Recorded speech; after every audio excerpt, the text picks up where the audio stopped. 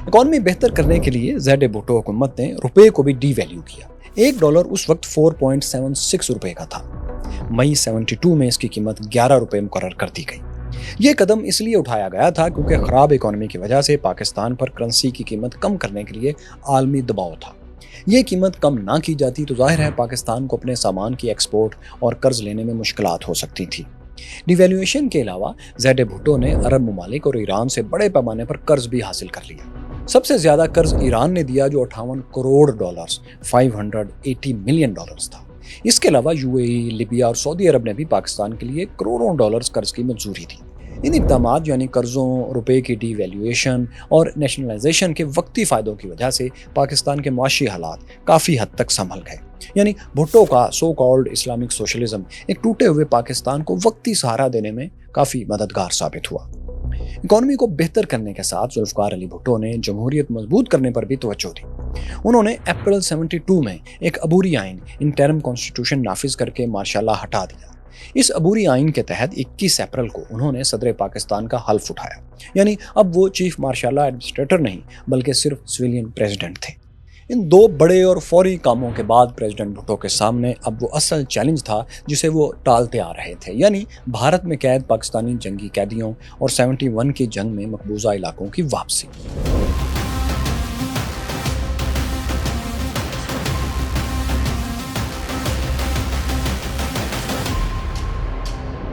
By cures fellows, Bharat نے 71 کی جنگ میں انٹرنیشنل بارڈر پر پنجاب اور سندھ کا تقریباً 12,500 مربع کلومیٹر سے زائد کا علاقہ قبضے میں لے لیا تھا۔ اس کے علاوہ گلگت بلتستان میں بھی 800 مربع کلومیٹر سے کچھ زیادہ علاقہ انڈیا کے پاس تھا، یعنی کل ملا کر یہ 13,000 اسکوائر کلومیٹر سے کچھ اوپر کا رقبہ بنتا تھا۔ اس قبضے کی وجہ سے بارڈر ایریاز میں رہنے والے 10 لاکھ سے زائد پاکستانی مختلف علاقوں میں مہاجر بن چکے تھے۔ پھر 93,000 پاکستانی جنگی قیدی بھی انڈیا سے رہائی کے انتظار میں تھے۔ ان قیدیوں میں کم از کم 16,000 لوگ تو سویلینز تھے اور باقی سیکیورٹی اہلکار تھے۔ اپریل 1972 میں کچھ بھارتی قیدیوں کے بدلے میں چند زخمی اور بیمار پاکستانی قیدیوں کو بھارت سے رہائی مل بھی گئی تھی، لیکن یہ گنتی کے چند لوگ تھے، زیادہ تر لوگ ابھی تک قید میں تھے۔ ان قیدیوں کی بڑی تعداد بھارتی جیلوں میں ہی بند تھی، تاہم کچھ قیدی بنگلہ دیش میں بھی تھے۔ دہلی اور ڈھاکہ کی حکومتیں ان پر جنگی جرائم کے مقدمات چلانے کی دھمکیاں دے رہی تھیں۔ ان حکومتوں نے پہلے 1500 پاکستانی 1,500 پاکستانی فوجیوں کو ان مقدمات کے لیے نامزد کیا۔ بعد میں ان کی تعداد کو کم کر کے 195 کر دیا گیا۔ جن قیدیوں پر مقدمات چلانے کی بات کی جا رہی تھی ان میں پاکستانی ایسٹرن کمانڈ کے کمانڈر جنرل عبداللہ خان نیازی بھی شامل تھے۔ مقدمات کی دھمکیوں کے علاوہ ایک اور مسئلہ بھی تھا۔ بھارت جنگی قیدیوں اور اپنے زیر کنٹرول پاکستانی علاقے کو بارگیننگ ٹول بنا کر کشمیر کا مسئلہ بھی مستقل اپنے حق میں حل کروانا چاہتا تھا۔ ہماری ساتھیوں، اس 65 وار کی سیریز میں آپ دیکھ چکے ہیں کہ کشمیر کا مسئلہ ذوالفقار علی بھٹو کی شخصیت اور سیاست کا ایک بنیادی پہلو تھا۔ وہ کشمیر کی خاطر 1000 سال تک لڑنے کے نعرے بھی لگا چکے تھے۔ وہ سیاسی طور پر یہ افورڈ ہی نہیں کر سکتے تھے کہ بھارت جا کر ڈائیلاگ ٹیبل پر کشمیر ہار جائے یا اس طرح کا تاثر ابھرے۔ انہوں نے بھارت میں پی ایم اندرا گاندھی سے مذاکرات سے پہلے اپنے کارڈز اچھی طرح تیار کیے۔ پریزیڈنٹ بھٹو کے پاس سب سے بڑا کارڈ یہ تھا کہ ملک ٹوٹنے کے بعد بھی لاکھوں بنگالی شہری ابھی پاکستان میں موجود تھے۔ یہ وہ بنگالی تھے جو 71 کی جنگ سے پہلے ملازمتوں یا کاروبار کے لیے ویسٹ پاکستان میں آئے ہوئے تھے۔ ان میں تقریباً 35,000 سابق فوجی تھے اور 20,000 سابق سرکاری ملازمین بھی تھے۔ ذوالفقار علی بھٹو نے ان بنگالیوں کو ابھی تک پاکستان چھوڑنے کی اجازت نہیں دی تھی، یعنی 93,000 جنگی قیدیوں کے بدلے کئی لاکھ بنگالی شہری ابھی پاکستان میں ویسٹ پاکستان میں تھے، انہیں روک لیا گیا تھا۔ دوسرا کارڈ ذوالفقار علی بھٹو کا یہ تھا کہ پاکستان اپنے عالمی اتحادیوں کے ساتھ تب تک بنگلہ دیش کو آزاد ملک تسلیم ہونے سے روکے رکھے گا جب تک بھارت سے قیدیوں اور زمین کا معاملہ حل نہیں ہو جاتا۔ اس طرح بنگلہ دیش اقوام متحدہ کا رکن بھی نہیں بن سکتا تھا۔ البتہ ایک واقعہ چھوٹا سا اس دوران ہوا کہ فروری 1972 میں برطانیہ نے بنگلہ دیش کو اس معاہدے سے پہلے ہی تسلیم کر لیا، جس کے جواب میں پھر پاکستان نے یہ کیا کہ وہ بطور احتجاج برٹش کامن ویلتھ سے الگ ہو گیا۔ لیکن برطانیہ کے برعکس پاکستان کے دباؤ پر چین، ایران، ترکی اور سعودی عرب سمیت کئی ممالک نے بنگلہ دیش کو آزاد ملک تسلیم کرنے سے انکار کر دیا۔ پاکستان کے کہنے پر چین نے UNO میں بنگلہ دیش کی ممبرشپ کی درخواستوں کو بھی ویٹو کرنا جاری رکھا۔ اس طرح اندرا گاندھی اور شیخ مجیب پر یہ دباؤ آ گیا کہ وہ بنگلہ دیش کی آزاد قانونی حیثیت منوانے کے لیے پاکستان سے کوئی ڈیل پہلے کر لیں۔